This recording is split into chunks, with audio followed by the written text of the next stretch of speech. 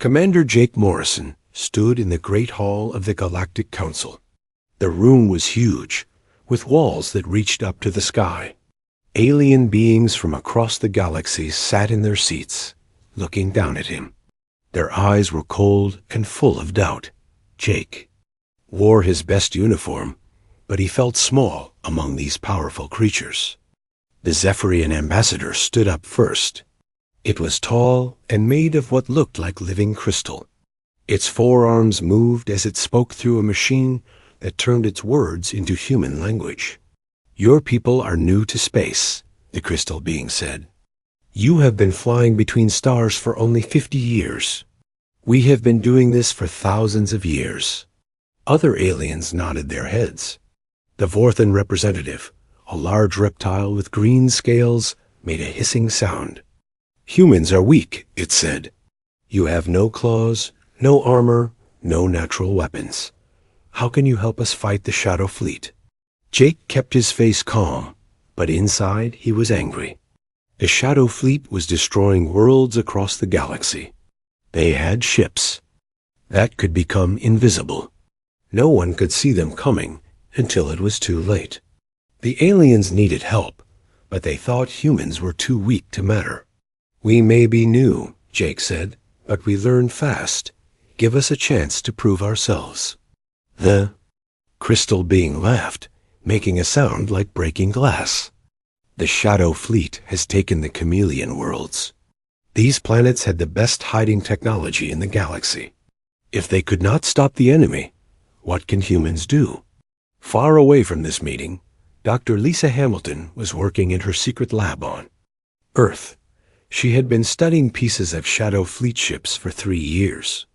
The government had given her a small team and told her to find a way to fight back. Lisa was different from other scientists. She did not just look at the alien technology.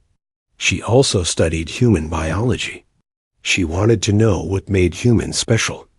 Her lab was deep underground, hidden from enemy ships that might be watching Earth. The walls were white and clean. Machines hummed quietly as they worked. Lisa walked between the tables where her experiments were set up. On one table was a piece of Shadow Fleet armor. It was black and seemed to eat light. When Lisa touched it, her hand almost disappeared. The armor could copy anything it touched. If it touched a rock, it looked like a rock. If it touched metal, it looked like metal. But how does it work? Lisa asked herself. She had been asking this question for months. Her assistant, Dr. Alan Tucker, came into the room. He was young and excited about their work. "Lisa, you need to see this," he said. Alan led her to another table. On it was a small piece of human skin in a glass dish. The skin was connected to wires and machines, but something was wrong with it. The skin was changing colors. "I was testing how human cells react to Shadow Fleet technology," Alan said. "I added a tiny amount of their material to the skin sample. Look what happened." Lisa watched as the skin turned from pink to blue too. Black. It was copying the colors of things around it. But this was human skin, not alien technology. How is this possible? Lisa asked. Alan pulled up data on his computer screen. "I think humans have something the aliens don't know about. Our cells can change much more than we thought. We just needed the right trigger." Lisa felt her heart beating fast. This could change everything. She called Captain Ryan Brooks at the space station above Earth. Ryan was in charge of testing new weapons and technology. "Ryan, I need volunteers for an experiment," Lisa said over the communication system. "What kind of experiment?" Ryan asked. He was a careful man who did not like to put his people in danger. "I think I found a way to make humans invisible, like the Shadow Fleet, but I need to test it on real people." Ryan was quiet for a long time. Then he said, "How dangerous is it?" "I don't know yet. That's why I need volunteers who understand the risk." 2 days later, Sergeant Amy Carter and Corporal Ben Parker arrived at Lisa's lab, Amy was a tough woman who had fought in many battles. Ben was younger but brave. They both wanted to help. Defeat the Shadow Fleet. What do you need us to do? Amy asked. Lisa showed them the skin sample that could change colors. I want to inject you with a modified version of this. It should let you control how your skin looks. Ben looked worried. Will it hurt? It might, Lisa said honestly. But if it works, you could become invisible. You could walk through enemy lines without being seen. Amy and Ben looked at each other. They both nodded. We'll do it, Amy said. Lisa prepared the injection. Her hands shook a little as she filled the needle. This was the most important moment of her career. If this worked, humans might have a chance against the Shadow Fleet. If it failed, she might have hurt two good people for nothing. She injected Amy first. Amy closed her eyes and waited. For a minute, nothing happened. Then her arm began to change. The skin became lighter, then darker, and it started to match the color of the table she was sitting on. It's working, Lisa whispered. Ben got his injection next. The same thing happened to him. Both soldiers looked at their changing skin with wonder and fear. Over the next few hours, Amy and Ben learned to control their new ability. They could make their skin match anything they touched. They could become almost invisible against walls, floors, or even other people, but Lisa knew this was just the beginning. The Shadow Fleet had more than just camouflage. They had weapons that could destroy entire cities. Humans would need to become much better at hiding if they wanted to survive. As Jake Morrison finished his meeting with the Galactic Council, he did not know that everything was about to change. The aliens had dismissed humans as weak and useless. They were about to learn how wrong they were. The real war was just beginning, and humans had found their secret weapon. They just had to learn how to use it before the Shadow Fleet found Earth. 3 months had passed since Dr. Lisa Hamilton's first successful test. The secret lab on Earth was now much bigger. More scientists worked there, and more soldiers had volunteered for the experiments. The results were better than anyone had hoped. Colonel Nick Rodriguez walked through the training center, watching his new soldiers practice. These were not ordinary soldiers anymore. They were something new, something the galaxy had never seen before. Lieutenant Sam Davis stood against a metal wall. Nick watched as Sam's body began to change. Sam's skin turned silver like the wall behind him. His clothes, which had been treated with the same technology, also changed color. In seconds, Sam looked like part of the wall itself. Good, Nick said. Now move to the rock wall. Sam walked across the room. As he touched the stone wall, his appearance changed again. His skin became gray and rough like the rocks. Even his hair seemed to turn into stone. If Nick had not been watching carefully, he would have lost sight of Sam completely. Corporal Kate Williams was practicing nearby. She was learning to copy more than just colors. Her body could now change its shape slightly. She could make herself look thinner or wider. She could even change the shape of her face a little bit. This is amazing, Kate said as she looked at herself in a mirror. Her face looked different, like a stranger. I could walk past my own mother, and she wouldn't know me.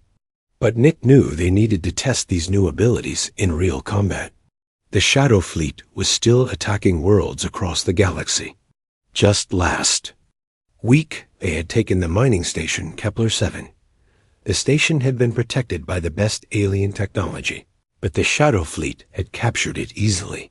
We're going to take back Kepler-7, Nick told his team. This will be our first real mission. The team gathered in the briefing room. There were 12 soldiers, all with the new camouflage abilities. They had been training for weeks, but they had never faced real enemies before. The Shadow Fleet is using Kepler-7 as a base, Nick explained. They have about 50 soldiers. There. These are Vorthan warriors, the same reptile people who think humans are weak, Sergeant Troy Johnson raised his hand. What about their sensors? Can they detect us even when we're invisible? That's what we're going to find out, Nick. Sighed, Dr. Hamilton believes our new abilities can fool any sensor system. But we won't know for sure until we try. The team flew to Kepler 7 in a small, quiet ship. The mining station was built into a large asteroid. It had been home to thousands of people before the Shadow Fleet attacked. Now it was dark and empty. Except for the enemy soldiers guarding it. As their ship got closer, the soldiers began to change. Private Maya Foster's skin turned black like the empty space around them. The others did the same. Soon, the entire team looked like living shadows. They landed on the asteroid without being detected. The enemy's sensors did not see them coming. The first part of Dr. Hamilton's plan was working. Nick led his team toward the main entrance of the station. 2 Vorthan guards stood at the door. They were large reptiles with green scales and yellow eyes. They carried weapons that could cut through metal. Sam Davis moved first. He pressed himself against the wall next to the entrance. His body became the same color and texture as the stone. He looked like a shadow on the wall, nothing more. The Vorthan guards did not see him. They were looking out into space, watching for enemy ships. They never thought to look for enemies that were already beside them. Sam reached out and touched one of the guards. His hand moved so fast that the guard did not have time to react. The guard fell to the ground, unconscious. The second guard turned to see what had happened, but Kate Williams was already behind him. She had been invisible against the door. The second guard fell as well. 2 down, Nick whispered into his radio, moving inside. The team entered the station. The hallways were dark and empty. Emergency lights cast red shadows on the walls. The Vorthan soldiers had not bothered to fix the regular lights. They could see well in the dark with their reptile eyes, but the humans could see just as well now. The same treatment that let them change their appearance had also improved their vision. They could see in the dark almost as well as the Vorthan. Troy Johnson moved ahead of the group. He was the team's scout, the one who found danger before it found them. As he walked down the hallway, his body changed to match the metal walls around him. He looked like a walking piece of the station itself. 3 more Vorthan guards stood at the next intersection. They were talking in their own language, making hissing sounds. They were relaxed, thinking they were safe in their captured station. Troy walked right past them. The guards saw him, but their brains did not understand what they were seeing. Troy looked like part of the wall that had somehow moved. It was so strange that their minds could not process it. By the time the guards realized something was wrong, it was too late. Troy had already moved behind them. Kate and Sam came from the other direction. The guards found themselves surrounded by enemies they could barely see. The fight was over in seconds. The Vorthan guards were good warriors, but they could not fight. Enemies they could not see clearly. Their weapons fired at empty air while the humans struck from all directions. Maya Foster had a different job. While the others fought, she moved toward the station's control room. She needed to shut down the communication system so the enemy could not call for help. The control room was at the center of the station. Maya had to pass through several more groups of guards to reach it. She moved like a ghost, changing her appearance to match everything around her. When she reached a group of guards, she became like the floor beneath their feet. When she moved past computer screens, she looked like the light from the displays. The guards' eyes passed right over her without seeing anything unusual. The control room had 5 guards and a Vorthan commander.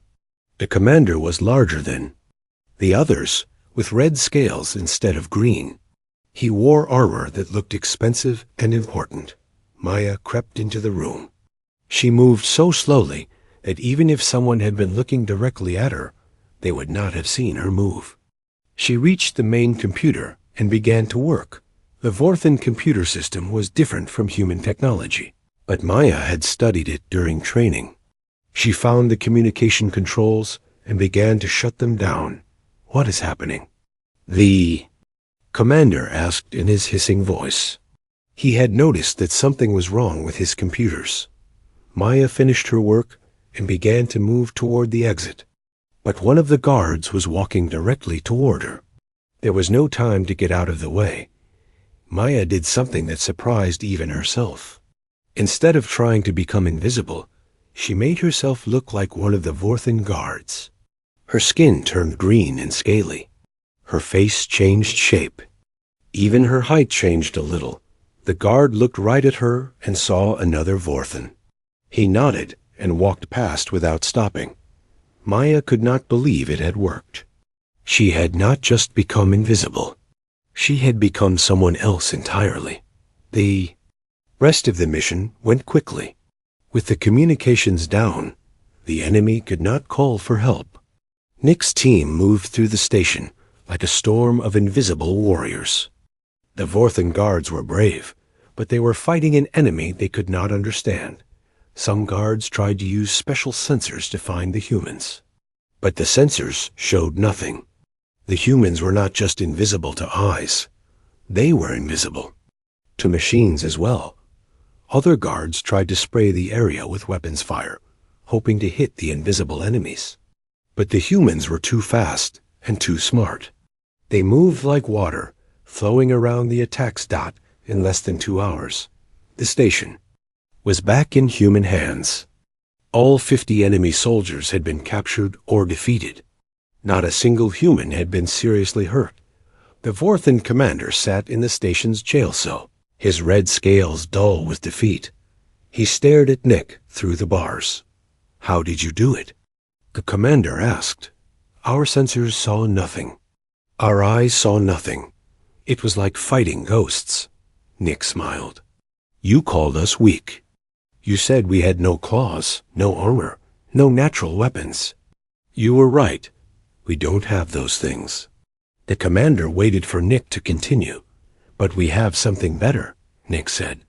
"We can become anything we need to be. We can be the wall, the floor, the air itself. We can even be you." The commander's eyes went wide. He was beginning to understand what humans had become. As Nick's team prepared to leave Kepler-7, they sent a message back to Earth. The message was simple: mission successful. The new abilities work even better than we hoped. But they also sent a warning. The Shadow Fleet would not ignore this defeat. They would want to know how humans had become so dangerous. The real war was just beginning. Dr. Lisa Hamilton received the message in her lab on Earth. She smiled, but she also felt worried. Her experiment had worked, but now the entire galaxy would know that humans were no longer the weak species they had seemed to be. The aliens were about to learn that the most dangerous enemy was not the one with the biggest weapons or the strongest armor. The most dangerous enemy was the one who could be anyone, anywhere, at any time, and humans were just getting started. The news of what happened at Kepler-7 spread across the galaxy like wildfire. Every alien species was talking about the impossible victory. How had humans, the weakest species in the galaxy, defeated the mighty Vorthan warriors so easily? Admiral Grace Henderson sat in her office on Earth, reading reports from alien worlds. The reports all said the same thing: the aliens were scared. For the first time in thousands of years, they were afraid of humans. "Ma'am," her assistant said, "the president wants to see you." Grace walked to the president's office. President Kevin Moore looked tired. He had been dealing with angry calls from alien leaders all day. "Grace, they're demanding answers," the president said. "The Galactic Council wants to know what we did to their soldiers. Some of them think we used forbidden weapons." "What should we tell them?" Grace asked. "The truth. We evolved. We adapted. We became what we needed to become to survive." Grace nodded. "And if they don't like that answer, then we'll show them what else we can do." Dr. Lisa Hamilton's research center was now the most important place on Earth. Scientists from every field worked there. They were not just studying camouflage anymore. They were unlocking secrets about human biology that no one had ever imagined. Doctor Alan Tucker ran into Lisa's office with exciting news. "Lisa, you have to see this. We've made another breakthrough." Lisa followed Alan to the medical wing. There, a volunteer soldier named Corporal Dan Phillips was lying on a table. Wires connected him to machines that monitored his body. "Watch this," Alan said. He turned on a heat lamp that pointed at Dan's arm. The lamp was very hot, hot enough to burn normal skin, but Dan's skin did not burn. Instead, it began to change. The skin became white and reflective, like a mirror. The heat bounced off his arm instead of hurting him. "He's not just copying colors anymore," Alan explained. "He's copying properties. His skin can become as hard as metal, as smooth as glass, or as flexible as rubber. Whatever he needs." Lisa stared in amazement. "How is this possible?" "I think our DNA is more flexible than we ever knew. The alien technology didn't change us. It just unlocked something that was already there." Meanwhile, on the other side of the galaxy, the Zephyrian Empire was planning its revenge. The crystal beings had been the most vocal critics of humanity. They believed that humans were too primitive to deserve a place in the galaxy. Zephyrian Emperor stood in his throne room, his crystal body glowing with anger. "These humans have made us look like fools. They must be destroyed before they become a real threat." His general, a large crystal being with 6 arms, bowed low. "My Emperor, we have gathered a fleet of 500 ships. We will attack their colony world of New Denver. It will be a message to the entire galaxy that humans are not to be feared." The Emperor's glow grew brighter. "Yes, destroy the colony. Leave no survivors. Show the galaxy what happens to those who dare to challenge the Zephyrian Empire." On New Denver, General Alex Murphy received the warning just in time. Spy satellites had detected the massive Zephyrian fleet heading toward the colony. Alex had only 3 days to prepare, but Alex was not worried. He had 200 soldiers with the new abilities. They had been training for months, learning to use their powers in new ways. This would be their first real test against a major enemy force. "Listen up," Alex told his soldiers. "The Zephyrians think they can scare us with their big fleet. They think we'll run away like frightened children.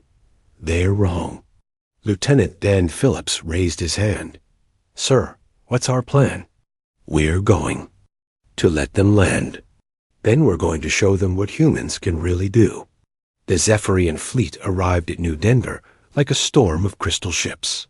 The ships were beautiful but deadly, shaped like giant gems that reflected the light of the systems. Star. They landed in the colony's main city, expecting to find terrified humans begging for mercy. Instead, they found empty streets. The city looked deserted. The Zephyrians thought the humans had run away. "Cowards," the Zephyrian general said as he stepped out of his ship. "They fled before we even arrived." But the humans had not fled. They were everywhere, hiding in plain sight. Sergeant Lucy Adams stood against a building wall, her body perfectly matching the concrete and steel.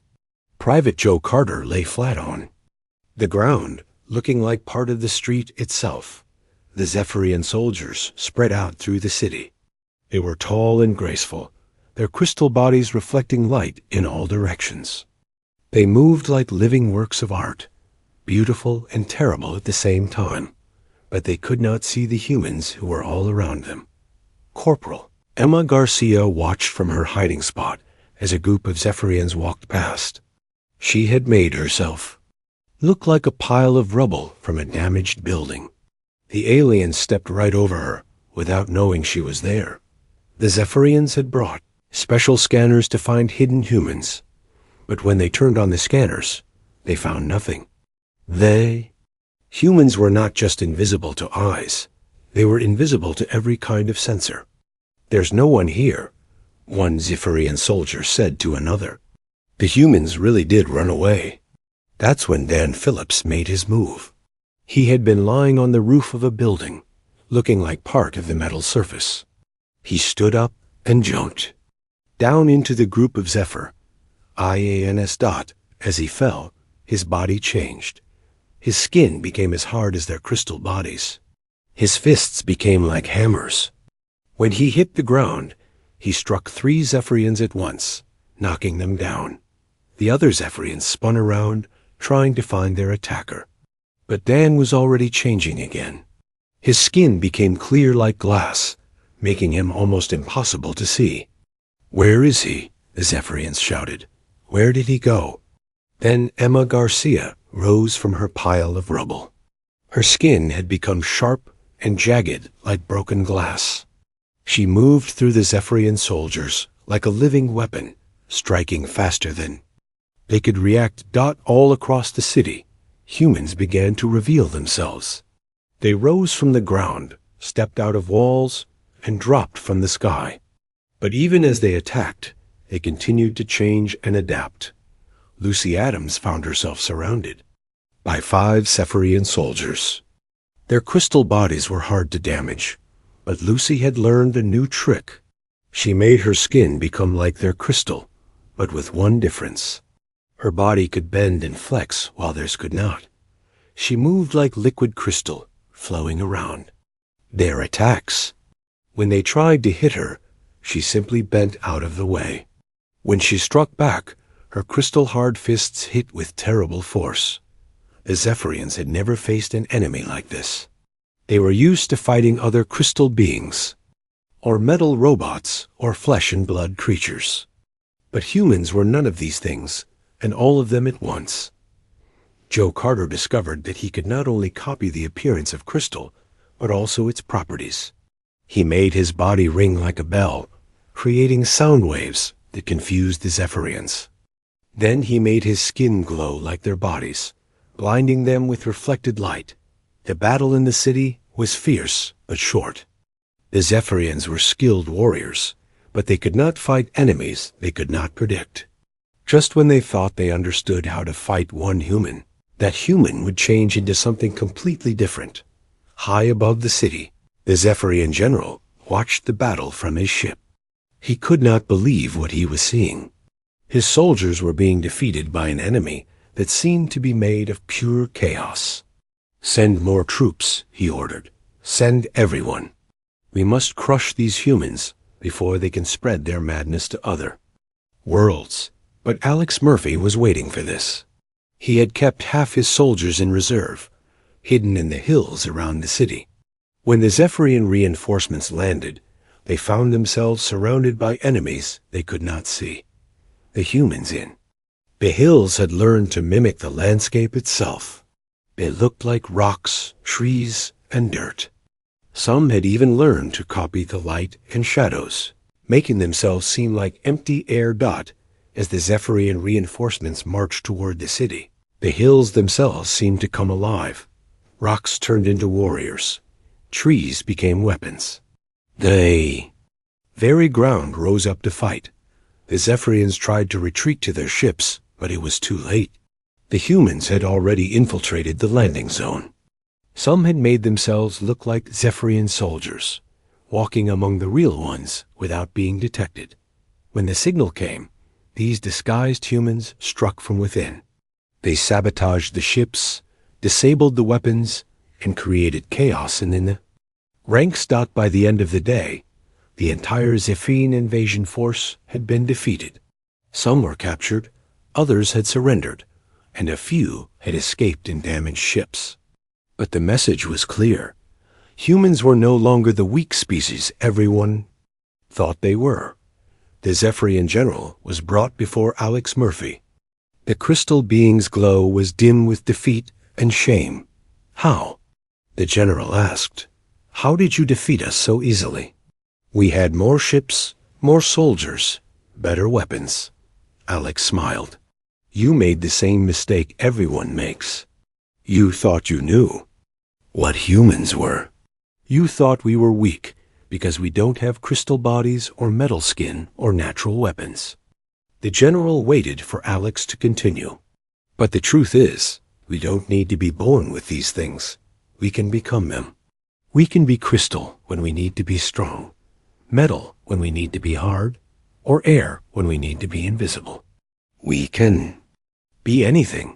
Alex leaned closer to the defeated general. And that makes us the most dangerous species in the galaxy. News of the victory at New Denver spread even faster than the story of Kepler-7. Every alien species now knew that humans. The defeat of the Zephyrian Empire sent shockwaves through the galaxy.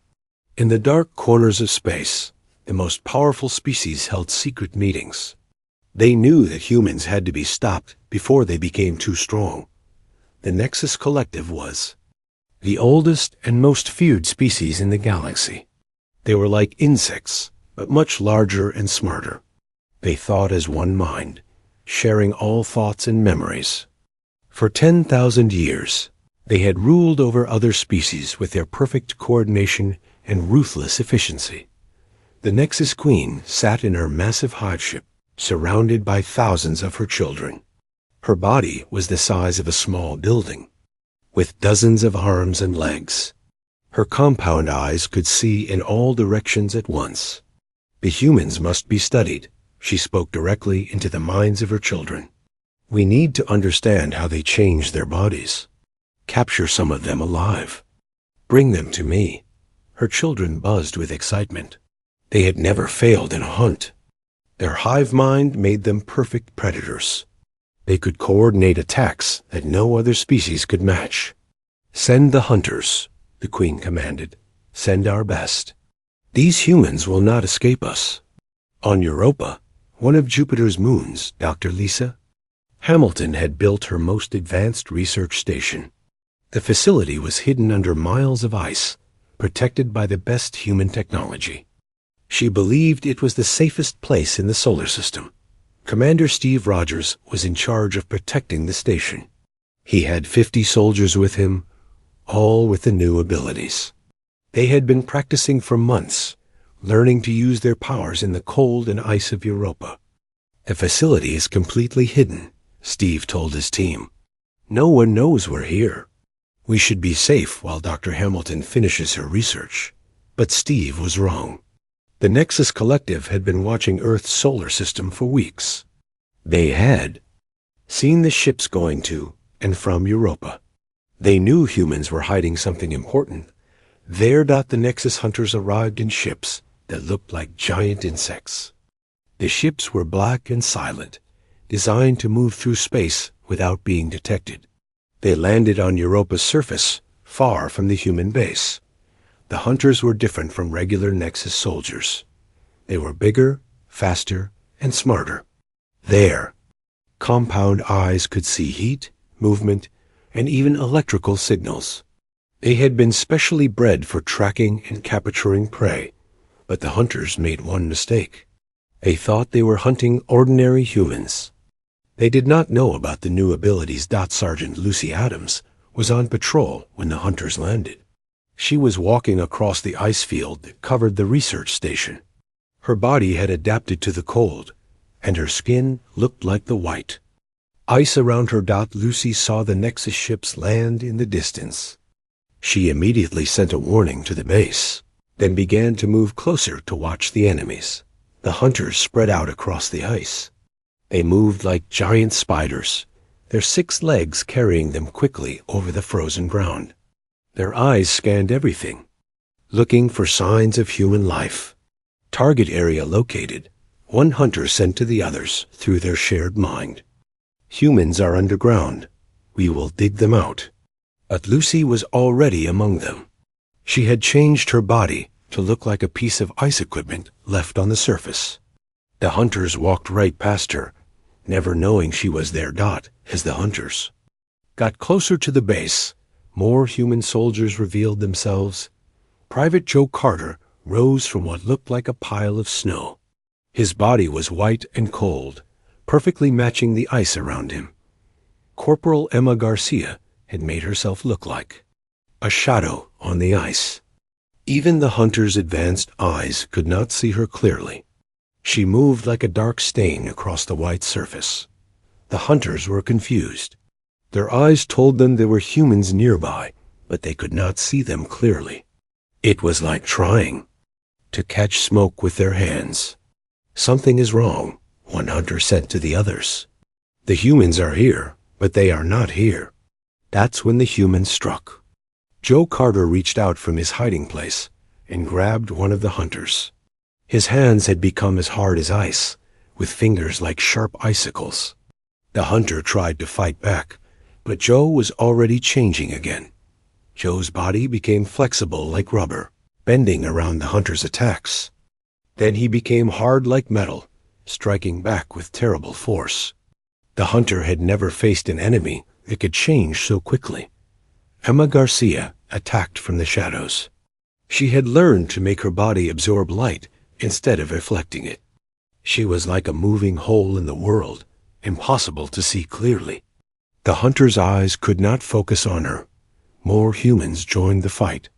They rose from the ice like ghosts, their bodies perfectly adapted to the cold environment. Some looked like ice sculptures come to life. Others looked like the aurora lights that danced in Europa's sky. The hunters tried to coordinate their attacks through their shared mind. This had always been their greatest advantage. But the humans were too unpredictable. Every time the hunters thought they understood how to fight one human, that human would change into something completely different. Lucy Adams discovered something amazing during the fight. She could not only copy the appearance of ice, but also its properties. She made her body become slippery like ice, making it impossible for the hunters to grab her. Then she made her skin become sharp like ice crystals, turning her whole body into a weapon. The battle on the surface was fierce, but it was also a distraction. The real threat was underground. Some of the hunters had found secret tunnels that led to the research station. They moved through the tunnels like deadly insects, their eyes seeing in the darkness. They thought they would find helpless scientists and weak guards. Instead, they found Sergeant Dan Phillips waiting for them. Don had made himself look like part of the tunnel wall. His skin was gray and rough like stone, and he did not move or breathe. The hunter's eyes passed right over him, As the hunters moved deeper into the tunnel, Dan began to follow them. He changed his body to match every surface he touched. He became like the metal pipes, the stone walls, and even the electrical wires. He was like a living part of the station itself. The hunters reached the main laboratory where Dr. Lisa Hamilton was working. They expected to find humans running in panic. Instead, they found empty rooms and quiet machines. "Where are the humans?" one hunter asked through the shared mind. "They are here," another replied. "I can sense them, but I cannot see them." That's because the humans were everywhere. Dr. Hamilton had not fled. She had used her own research on herself. Her body had become like the laboratory equipment around her. She looked like a computer console, complete with blinking lights and display screens. Her assistant, Dr. Alan Tucker, had made himself look like a chair. He sat perfectly still, his body the exact color and texture of the furniture around him. When the hunters looked at him, their brains saw only a normal chair. Other scientists had become like the walls, the floors, and the ceiling. The entire laboratory was full of humans, but the hunters could not see them. The hunters grew frustrated. They began to destroy equipment, hoping to force the humans to reveal themselves. They smashed computers and overturned tables. But the humans did not move. Then Dr. Hamilton made her move. She had been studying the hunters since they entered the lab. She had learned to copy their electrical signals, the way they communicated with each other through their shared mind. Hamilton sent a false signal through the hunters' mental network. "Mission complete," the signal said. "Humans captured. Return to ships immediately." The hunters stopped destroying equipment. They believed the message had come from their own kind. They began to leave the laboratory, thinking their mission was finished.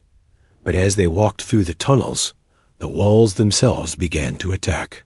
Don Phillips and the other soldiers revealed themselves, striking from every direction. The hunters found themselves trapped in tunnels that had become alive. With enemies, the hunters tried to fight back, but they were confused and disoriented. The false signal had broken their coordination. Some thought the mission was over, others thought they were still hunting. Their perfect hive mind had been turned against them. On the surface, the battle was ending. The hunters who had stayed outside were defeated or captured. Joe Carter had learned to copy their compound eyes, giving him the same advanced vision they had. He could see them even when they tried to hide. Emma Garcia had discovered that she could copy their electrical signals as well. She could interfere with their shared mind, making them see things that were not there or miss things that were right in front of them. When the surviving hunters tried to escape to their ships, they found that the ships would not start. Lucy Adams had infiltrated the landing area while the battle was happening. She had made herself look like one of the Nexus soldiers, walking among them without being detected. Lucy had sabotaged their ships from the inside. She had learned to mimic their biology well enough to fool their security systems. The ships thought she was one of their own crew members. By the end of the day, all the Nexus hunters had been captured. Not a single one had escaped. Commander Steve Rogers stood in the research station's holding cells, looking at the defeated enemies. The hunters sat in their cells, their compound eyes dim with confusion and fear. They had never failed before. They had never even been seriously challenged, but humans had defeated them completely. "How did you do it?" one hunter asked through its translator. "We are the perfect hunters. We have hunted every species in the Moa." 6 months after the battle on Europa, the Galactic Council called for an emergency meeting. Representatives from every major species gathered on the neutral station called Unity Point. The station was huge, built to hold thousands of delegates. From across the galaxy, the council chamber was filled with angry voices. Alien species that had never agreed on anything were now united in their fear of humanity. The Zephyrian Emperor demanded action. The Vorthan Supreme Commander called for immediate war. Even smaller species that usually stayed quiet were speaking up. "The humans must be stopped," declared the Altarian ambassador, a tall blue being with silver eyes. "They have infiltrated our worlds.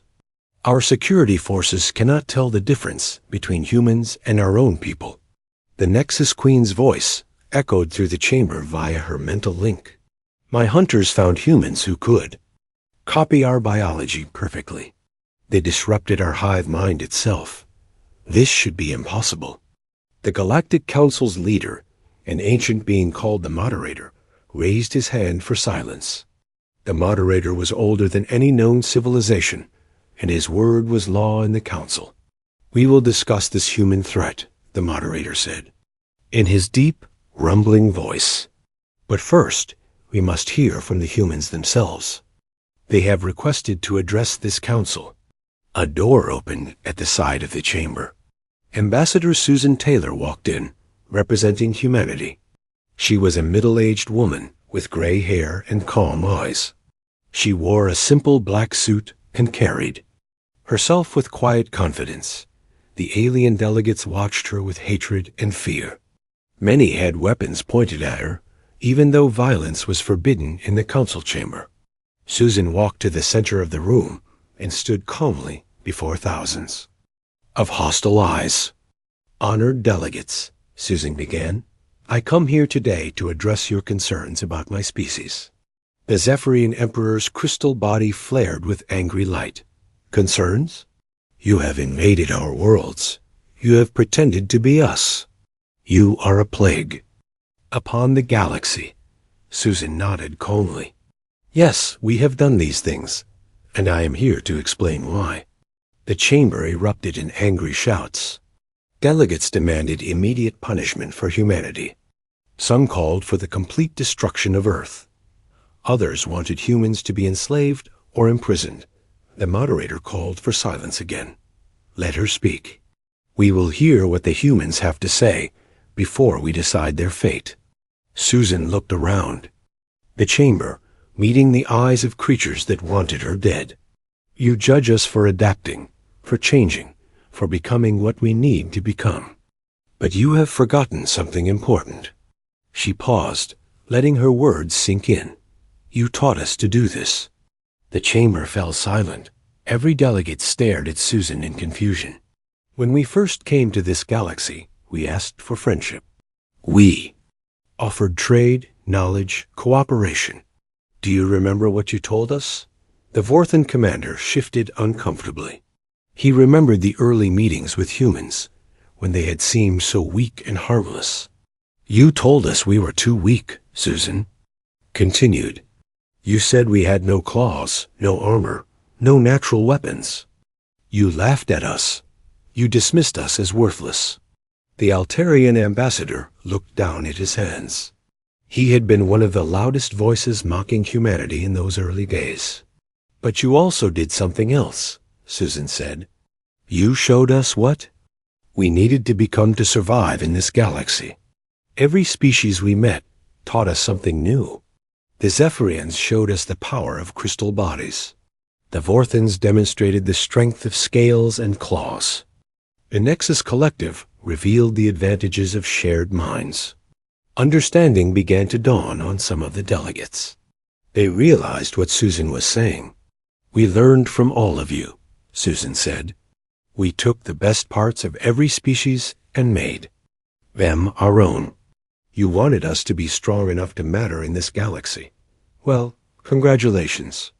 We became exactly what you taught us to be. The Nexus Queen's mental voice cut through the chamber. You copied our abilities without permission. You stole what makes us unique. Susan smiled. Did we? Or did we simply learn the lessons you were teaching us? Then something impossible happened. Susan's appearance began to change. Her skin took on the blue color of the Altarians. Her eyes became silver like theirs. Her height increased to match. Their tall frames. The Altarian delegates gasped in shock. Susan looked exactly like one of them.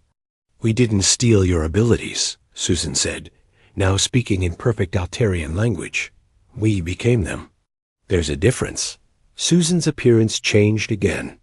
This time she became like a Vorthan, with green scales and yellow eyes. Then she changed into a crystalline form like the Zephyrians. Finally, she took on the insect-like appearance of the Nexus Collective Dot with each change.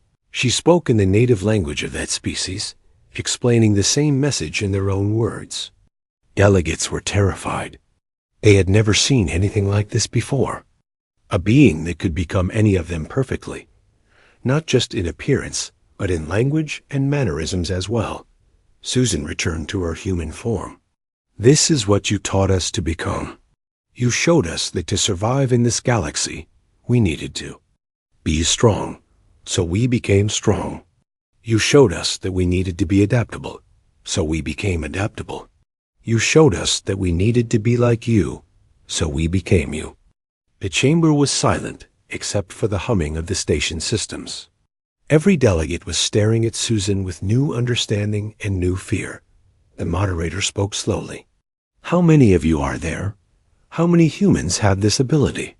All of the U.S., Susan replied. Every human alive can do what I just did. Some are better at it than others, but we all have the potential. The Zephyrian Emperor's light dimmed with shock. All of you?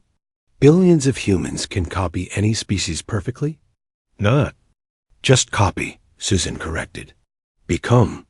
When I take on your form, I don't just look like you. I think like you. I feel like you. I am you, while still being me. The implications hit the delegates like a physical blow. If every human could become any alien species, then humans could be anywhere, at any time, appearing as anyone. The Vorthan commander stood up slowly. How do we know you're really human? How do we know you're not one of us, pretending to be human? Susan's smile was sad and knowing. You don't. That's the point. You can never be sure again. The Altarian ambassador looked around the chamber. With new eyes, how many humans are in this room right now? Would you like to find out? Susan asked Dot. She made a gesture with her hand. Around the chamber, several delegates began to change. A Zephyrian representative shifted back to human form. A Vorthan general revealed himself to be human.